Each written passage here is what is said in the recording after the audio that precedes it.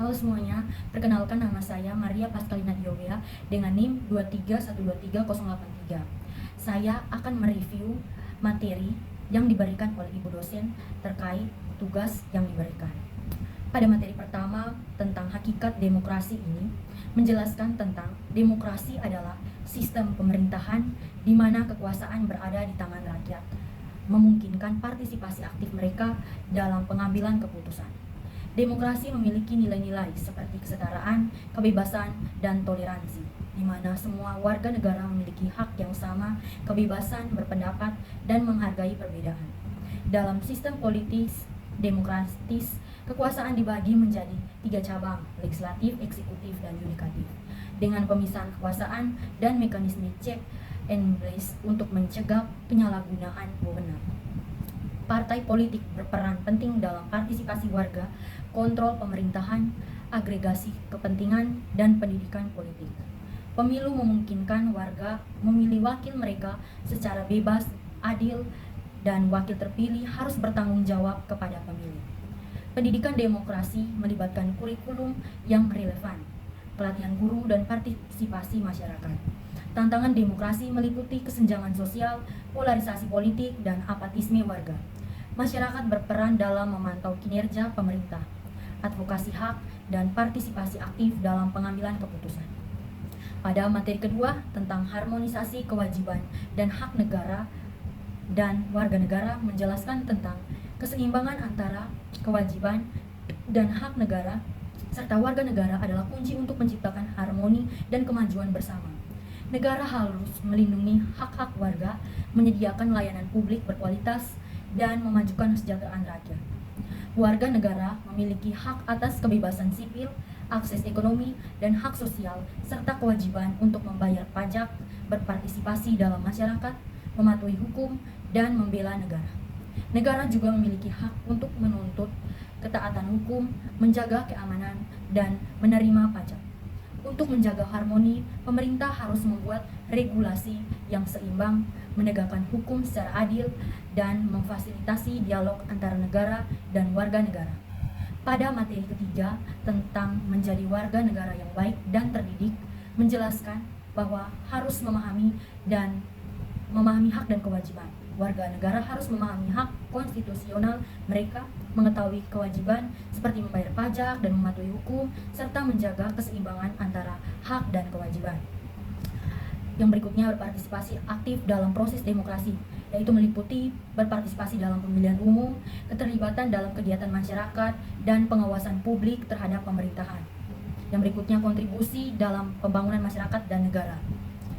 Yang berikutnya, berpartisipasi dalam membangun infrastruktur, pelayanan publik, dan pengembangan ide-ide inovatif. Yang berikutnya, menghargai keberagaman dan toleransi, menghormati perbedaan, membangun komunikasi harmonis, dan bekerja sama dengan sesama warga. Yang berikutnya, kepedulian terhadap isu sosial dan lingkungan. Selanjutnya, melibatkan diri dalam kegiatan sosial dan lingkungan, serta merespon isu-isu sosial dan lingkungan.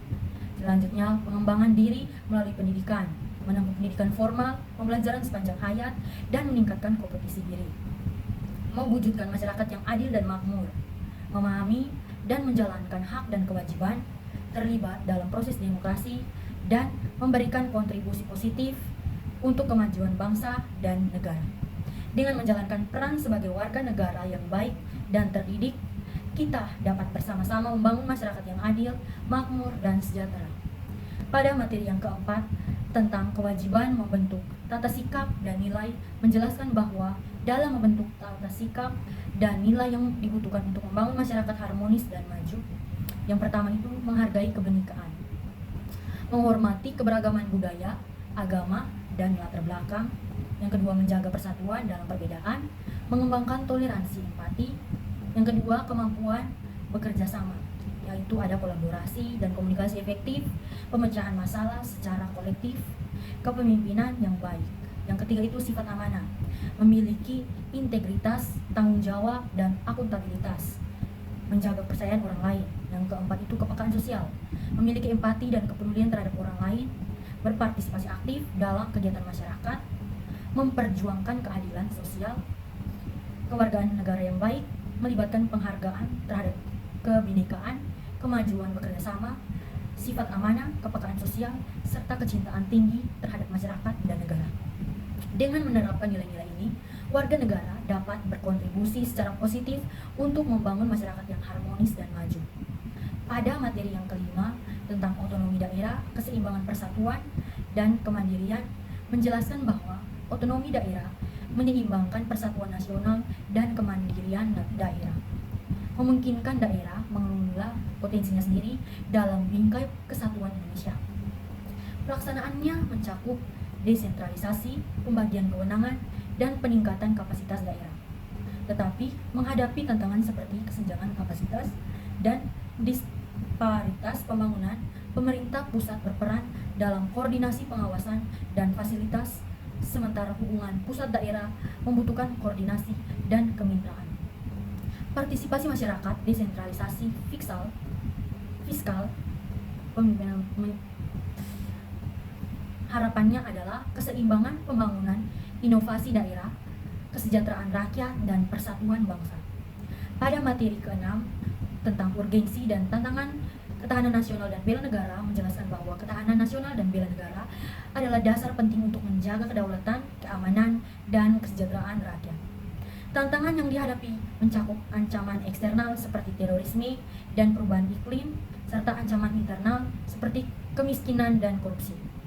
Warga negara memiliki peran dalam memperkuat ketahanan melalui partisipasi aktif, kewaspadaan, dan kepedulian lingkungan. Implementasi bela negara melibatkan kesadaran berbangsa, keyakinan pada Pancasila, dan kerelaan berkorban. Strategi pemerintah mencakup kebijakan pertahanan ekonomi, sosial budaya, dan teknologi. Untuk memperkuat ketahanan diperlukan kesadaran bela negara, kolaborasi multi pihak, dan kebijakan adaptif. Pada materi terakhir tentang dimensi dan ketahanan nasional, menjelaskan bahwa ketahanan nasional adalah kemampuan untuk menjaga kedaulatan, keutuhan wilayah, dan melindungi rakyat dari berbagai ancaman internal dan eksternal.